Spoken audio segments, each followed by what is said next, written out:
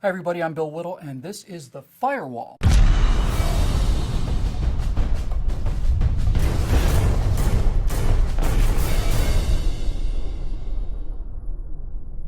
Well, the Republicans have retaken the Senate from the Democrats, and now that they have, it's time to give it back.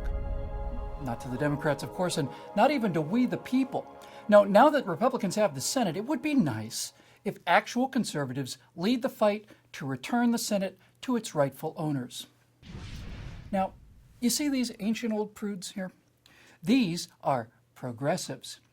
Yes, they were ancient old prudes even back in the progressive era, around the turn of the last century. Now, modern progressives are a little better exfoliated and Botoxed, of course, but they have in common with these proto-progressives that same fiery look in the eye, which is that genetic defect of getting all excited about telling other people what to do. The progressive era gave us the progressive amendments to the Constitution, which, looked at individually, showed just how envious progressives are, how prudish they are, and how tyrannical they are. The 16th Amendment gave us the income tax, which, when you think about it, doesn't even penalize the rich, which was, of course, their goal then as it is today. No, taxing income penalizes hard work, and the harder you work, the more you get penalized. So next time you get your paycheck, be sure to take a look at the raw pay amount before withholdings, and then thank the progressives for what you don't get to take home.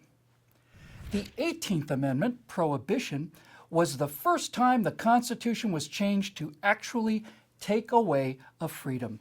The freedom to get lit so that you didn't have to listen to these progressive harpies whine and complain all day and night. But this freedom, the God-given freedom to have a beer at the end of a hard day, was just a little too precious and a little too near and dear and close to the heart to give up. So the 18th Amendment was repealed by the 21st Amendment, and don't forget that, because freedom can come back sometimes if you miss it enough. Now, the real damage was done by the 17th Amendment, changing Article 1, Section 3 of the Constitution, which stated that U.S. senators were to be elected by the legislatures of each state. The 17th Amendment changed that to make U.S. senators electable by the people of the state, and that gives us democracy. Now the people have a voice in Washington, not just those rich, fat cats in the legislatures. Hooray for democracy! And that's how progressives steal your freedom. They do it in the name of democracy, and they're very good at it now. They ought to be. They've had a lot of practice. Because, first of all, those fat cats in the legislatures were, in fact, elected to the legislatures by the people of their state, so there's some democracy for you right there. But the main problem is the people already had a voice in Washington. It's called the House of Representatives. The House is elected directly by the people every 2 years, and the more people a state has, the more representatives that state has in the House. The Senate was never intended to represent the people. The Senate was supposed to represent the states. That's why Wyoming, with roughly 500,000 people, has 2 senators, and California, with roughly 76 times as many people, also has 2 senators.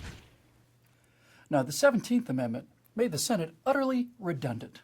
Now it's just a kind of retirement home for lifers. The House of Lords with 6-year terms that get further and further away from the people that elected them and who sit in a sort of royal court being serenaded by special interest groups in D.C. steakhouses. The Senate was designed to protect the power of the states, because the more power the states have, the less power the federal government has, and vice versa. But progressives can't leave people alone. You see, they have to take their income and tell them whether they can drink or not, or what kind of health insurance they have to buy, or how big a soda they can drink, and all the rest. And in order to do that, they need the coercive power of central authority, which meant the destruction of the power of the states. After all, you can't force people not to gamble, drink, or whore around if they can just move to Nevada. Now, to paraphrase H.L. Mencken, that's the progressive nightmare, the haunting fear that someone, somewhere, may be able to escape being told what to do. You know, our founders weren't the idiots that we have in Washington today. They knew what kind of people go into politics, control freak weenies, that's what kind.